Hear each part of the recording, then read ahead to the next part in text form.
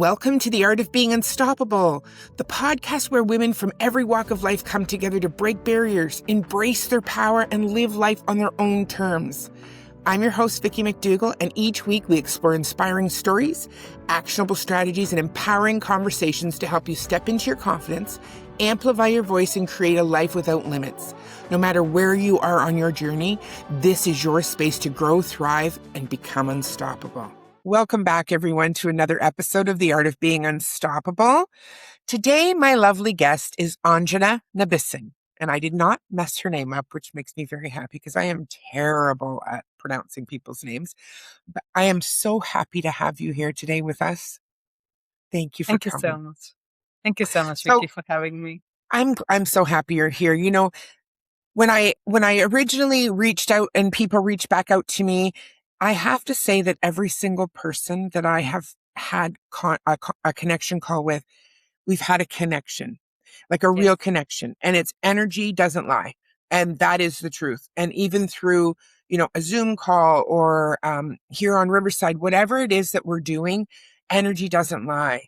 So when we connect, we truly do connect. And I believe that every woman's story is a story that needs to be shared. Mhm. And like I have said before, I believe that together women are stronger and we can together change this world one woman at a time. I totally agree. I love that.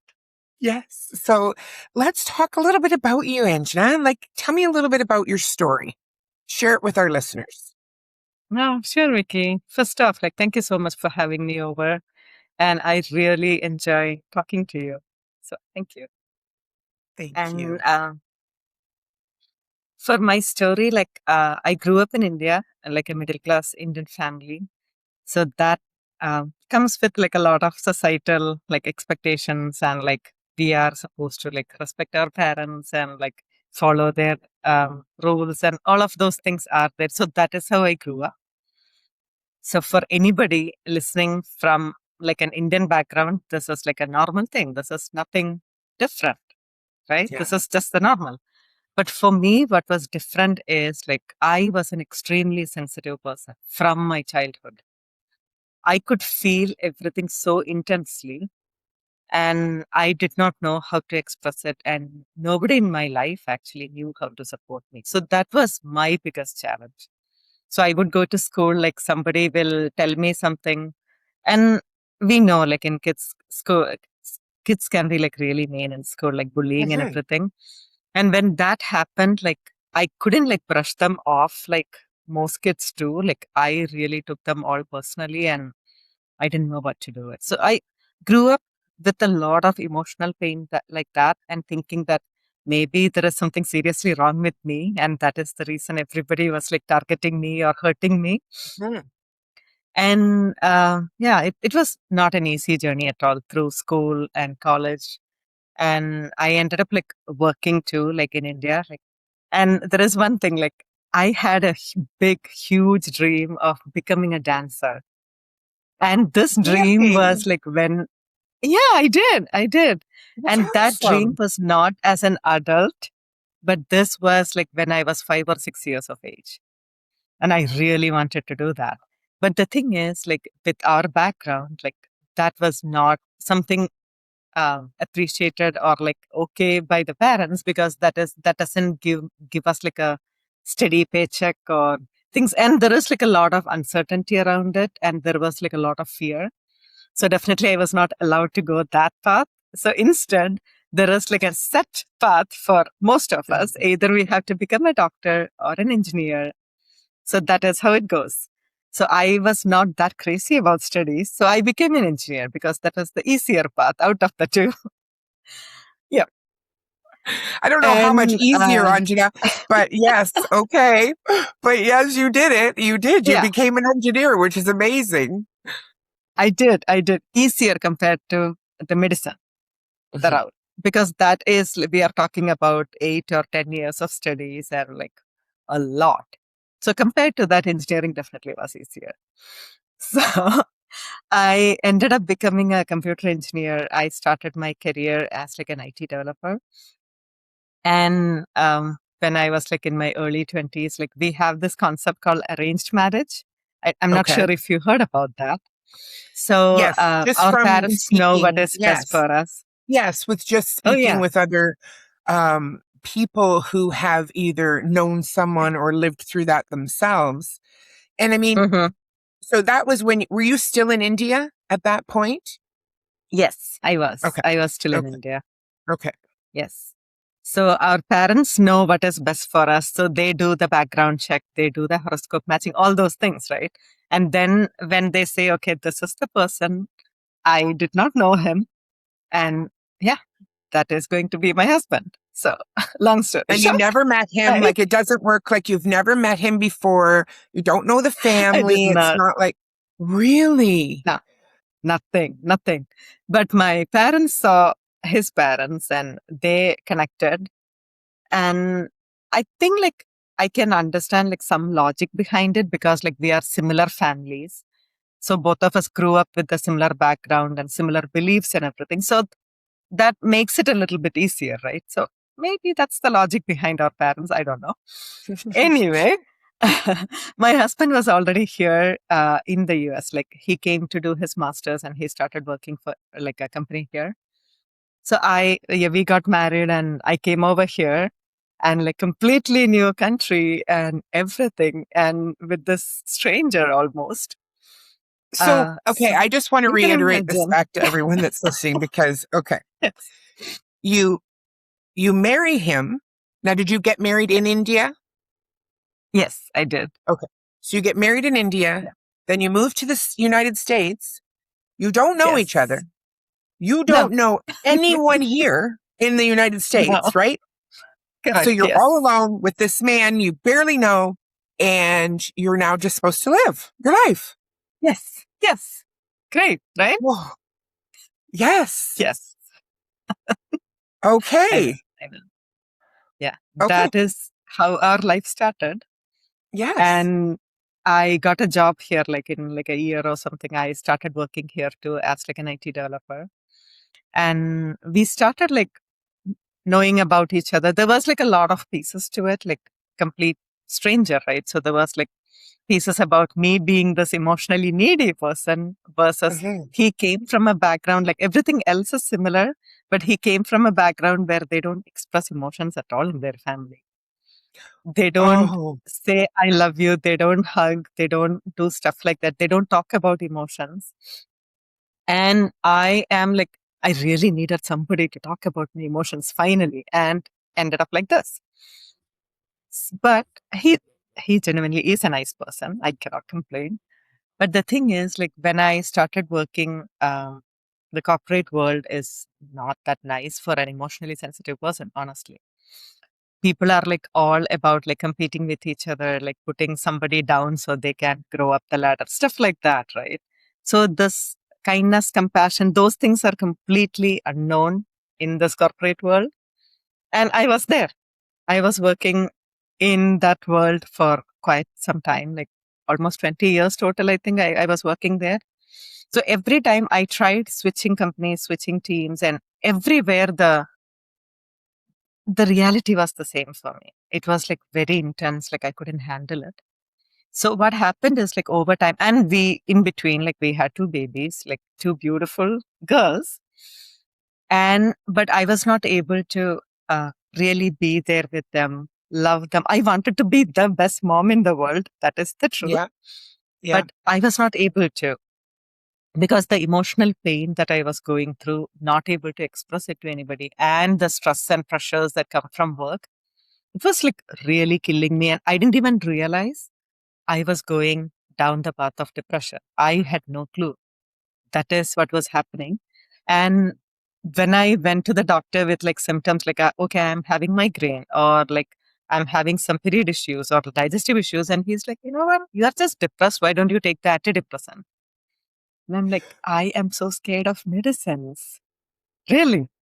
Oh, Well, go I ahead. mean, You're about to. so you've had your whole life and 20 years, you've been living really a life that did not suit you. No.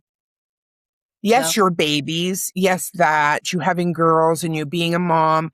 That was feeling like a void, so to speak, in your life because Yes. that gave you emotional support because you loved them and you knew you could love them Oh, yeah. unconditionally. So you could give them the things that you were lacking, right? Exactly. But yet Yes. you still weren't filling your cup. You still weren't getting it anywhere else, not at work, not at home, No. right? So, I mean, Always the empty cup.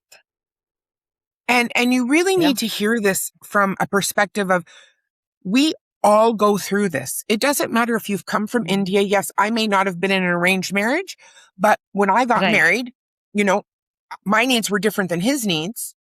But we Mm. already knew things about each other. So we could either work it out or not, right? Like, but Right. now is a question because it's come to my mind.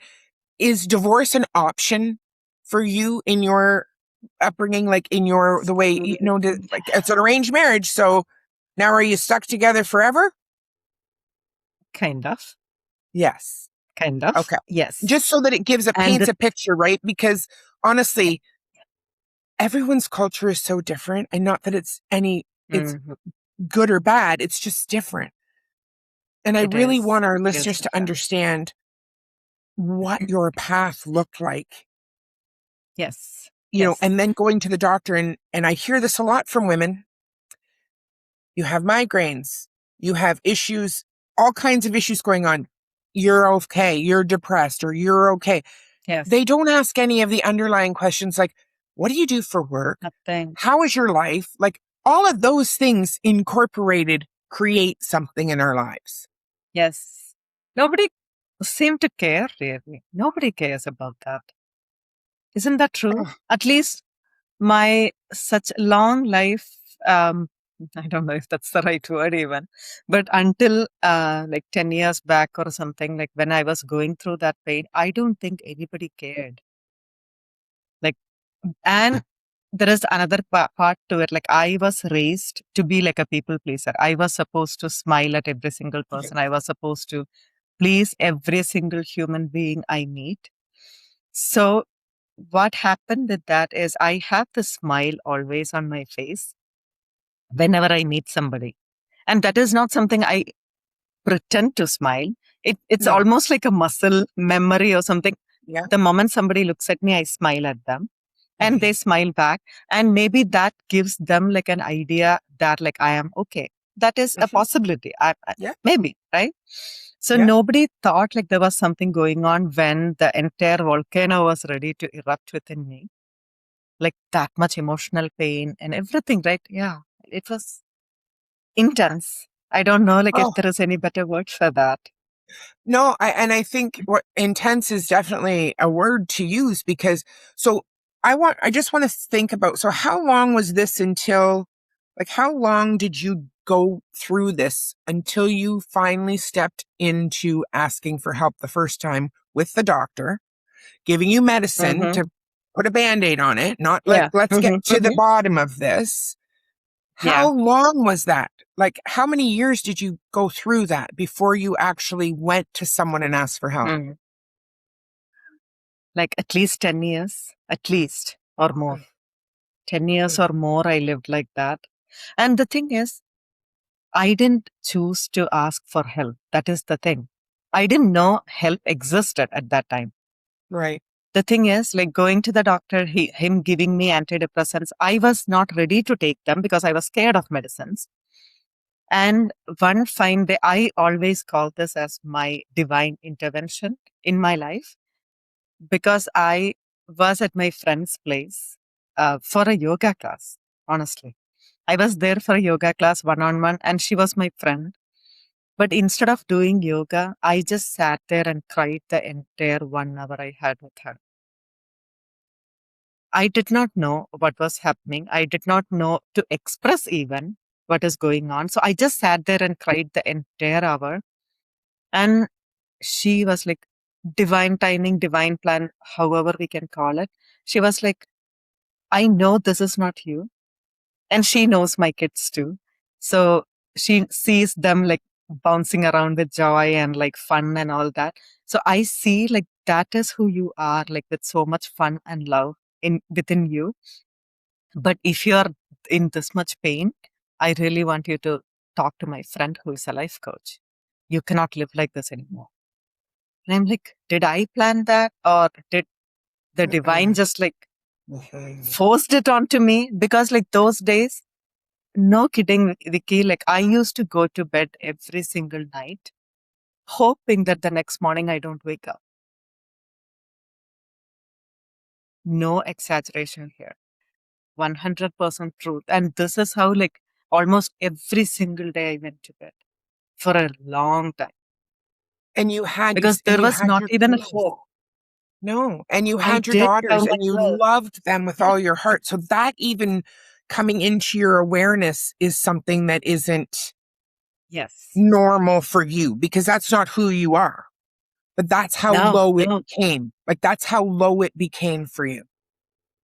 exactly. I don't It believe in was like that. coincidence. I I don't, Anjana. I don't believe in coincidence. No. I believe that that woman was brought into your life for that reason, and you two Yes, have a connection. Like she saved you. She saved you. really, really.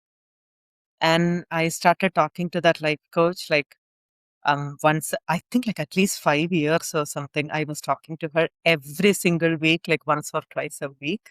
Yeah. And she was like a spiritual coach too. So she understood like my pain, and like I couldn't see my thoughts. I could only feel my feelings. Right. That is my nature. So she trained me to see the thoughts behind my feelings, and Hmm. like how to journal every single day and like start meditating. And she introduced me to like self-help books and podcasts, like so many things, right?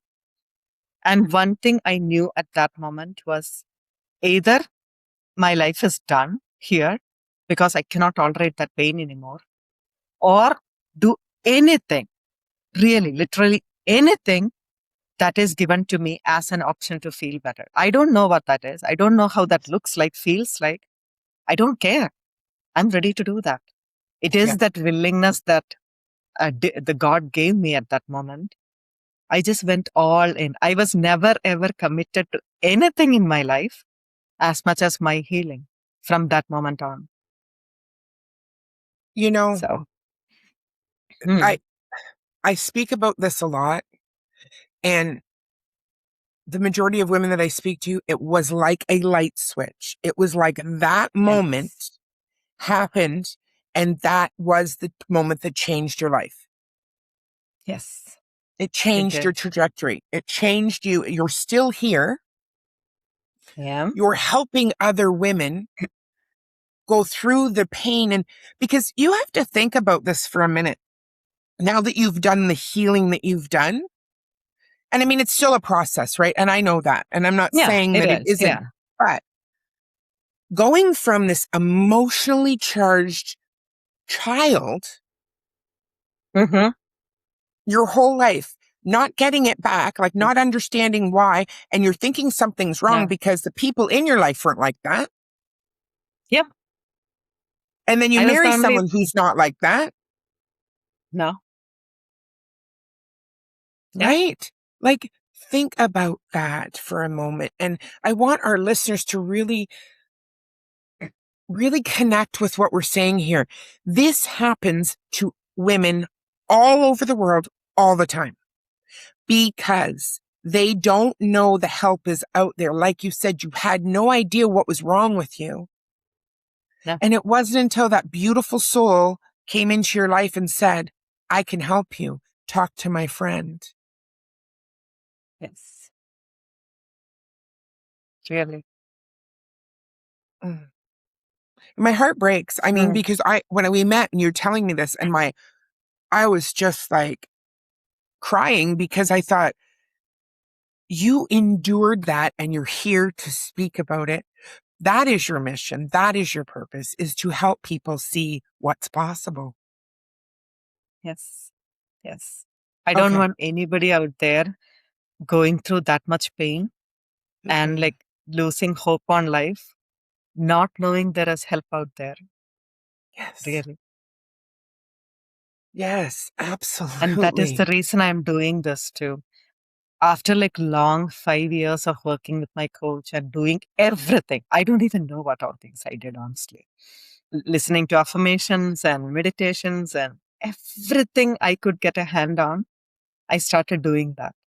And hypnosis, we name it, right? Everything. I Yeah. tried every single thing those days.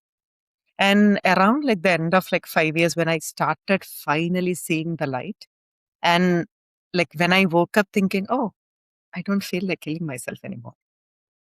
I can actually see the light and my life is not that bad. And you know what? There was something that I don't want to miss saying here. When I was having like one of my jobs, I think my colleague, I was just like talking something and so like I was not happy or cheerful. I was just like too low, right? And when we were having that conversation, he was like, you have such an amazing life. You are not even being grateful of what you have in your life. And that broke my heart like crazy because I couldn't see it. Yes, my life, I have all the blessings that anybody outside the world can see because like we have a beautiful home, two beautiful girls. My husband has a good job. I had a good job, like well paying jobs Yeah. and like not much debt. So nothing for like an outside person could see that something was wrong within me. Hmm. And they were just blaming that I was not being grateful. And I'm like, there was nothing worse that anybody could tell me at that time. And that's Right? important to speak about because we're all on our own journey and we are Yes. all, dealing with things. And again, from the Yep. outside, especially you look at social media or when you're at work and you're working with, 20 different people, Yeah. they don't know you the way Yeah. they don't know how you feel. They don't know your deepest, darkest secrets or soul feelings or anything, just as you don't know theirs. And we need to be ready to receive that, to Mm-hmm. actually even understand it, because you weren't ready to receive that at that point. No, no, It wasn't I until you was were not in at a all. safe space with that person doing yoga Yes. one on one and you got to release some of what you've been holding on to Yes. for so long. Mm-hmm. And I True. think that's key. We, I, like I said, I don't believe in coincidences. God has a bigger God, source, creator, whatever it is you choose to believe in has a bigger plan for you. Yes. Mm-hmm. You're not For done sure. here. You have much more Mm. work to do. And now that you can see that within yourself, you can give that away. Mm-hmm. That is true. Very Mm. true. It makes me, Great reminder, right? Like the path we walked on and like how we got here. All of that. It's just thank you for helping me remember those days and like really own it right now. I really appreciate this. Even though I was sharing my story, it's a beautiful moment to like really acknowledge everything that happened. Mhm. And when I finally chose to, okay, whatever it takes, let me heal. And when I started healing, I'm like, okay, I think I have to do this for other people now. And there has to be a reason that I experienced this much pain. Yeah. Yep. Maybe there are Absolutely. other women out there who goes through this much Oh, pain, absolutely. right? Absolutely. And if you're listening and this is you or you know someone, share this because there, there's always help. There's always help, but you just Hmm. sometimes don't even see what is happening Yep. until you butt up right against that. Like you said, like every day waking up, I can't live like this anymore. Like Yes. that is powerful. And I think,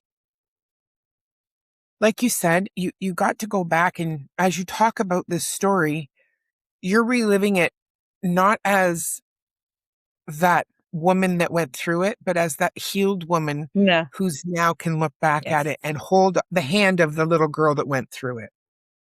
Oh, yes. I do the inner child meditation every single day, Vicky. No kidding. I do it every single day because I know what she went through is not easy. So every single morning when I meditate, I make sure to hold her hands, cuddle with her, and remind her that she is safe. And I am here as her mom every single moment, no matter what happens around me. Yeah. I am there for her to love her deeply, and she's safe. Yeah. And that's And that makes important. the biggest difference. It does, Yes. because you love you, right? And when we I can love do. ourselves, that's right. I can see it. You're so, So much. and your energy and your being, like you show up, and it's not easy. This isn't an easy thing to talk about. This isn't, Yeah. because no matter how healed we can be, something can still be raw in there, in that story. And you shared it with so many people listening today. And you now help women. So tell us a little bit about what you've now created for these women that have maybe felt some of these feelings, or have been in the same place, or who have lived the same similar life that you have. Sure. So I started my journey with like life coaching certifications. So I kind of had that feeling that is my path. But after doing my first and my second life coaching certification, I felt something was missing, because I can definitely bring awareness to them. And then maybe I can ask them to do some affirmations or things like that. But that was not enough for me, because what I found out in my own healing was there are like real deep, dark things that stays within us, like maybe within our unconscious mind, that has complete power over our life. And just by talking or like any like listening to affirmations does not really heal it. Yeah. When I got that awareness, I started researching every possible thing. What can I add to my toolbox so I can talk to somebody who is in a lot of pain, and in just one session, can I bring magic and miracle in their life? So I was on that research journey for like some time. When I finally found like one institution, it's called like Avalon. It's in Canada. They offer like an entire year and a half worth of program that like has like the NLP master practitioner program. That itself is so powerful. Like we can um, rewrite inner programs, right? We can completely change the neurology of a person in like just like one session. So that is Wow. the power of NLP. And then still there are things like deeper limiting beliefs that we are holding on to, and like the Yeah. emotional baggages that we are holding on to. And luckily they offer this trainings called like quantum change process and quantum tools release and stuff like that, where I get to go really dive deep into their unconscious mind, pull out those deepest, darkest, painful things from the root and pull it out in just like one session. Wow. So I now like I'm like so grateful that I found them and I was able to learn these techniques and tools into my toolbox, because I can confidently tell anybody who is like having so much pain, just come to me and do one session and you can walk Yeah. out feeling great. Yeah. You don't have to live with that pain or like go through like therapy for 6 months or a year. If you have time for one session with me, come do that. Do that as a favor for yourself, so you don't have to live that pain anymore. So Thank you. that is where I am right now. Thank I'm you for your so grateful, bravery. really. Thank you for your tenacity. You didn't stop. You didn't stop. You No. kept going.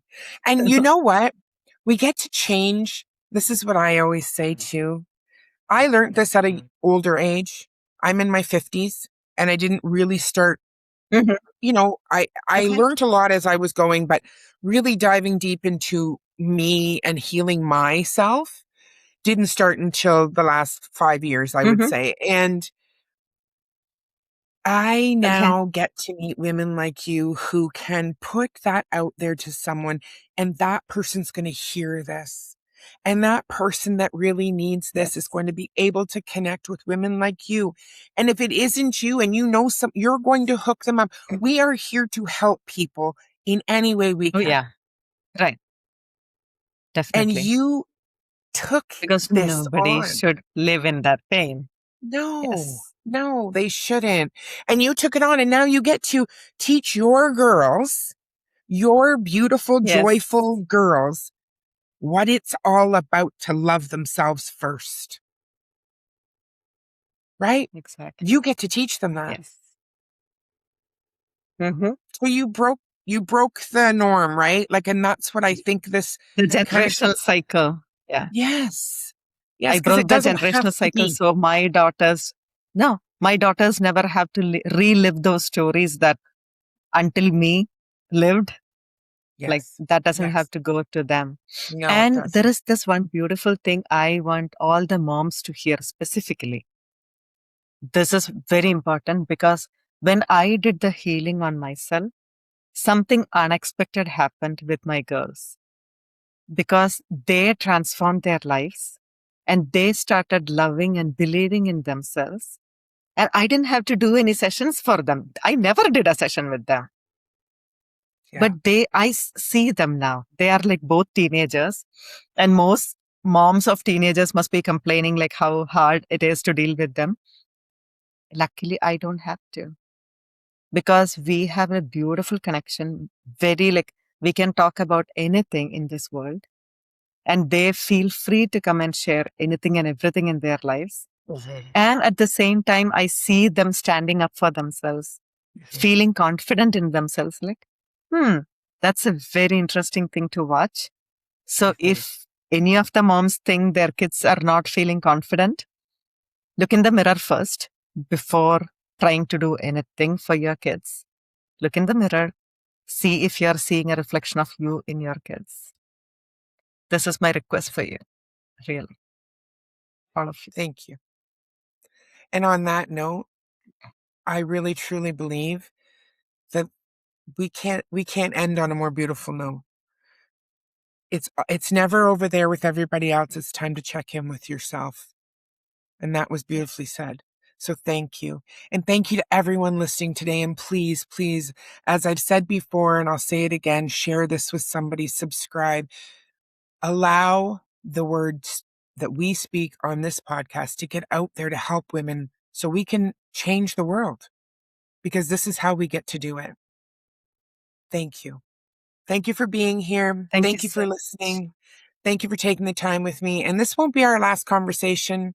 I know that we will definitely stay connected in each other's lives, and I can Yes. see things in the future looking more beautiful every day for both of us. So thank you for that. And thank you Yes. for listening today.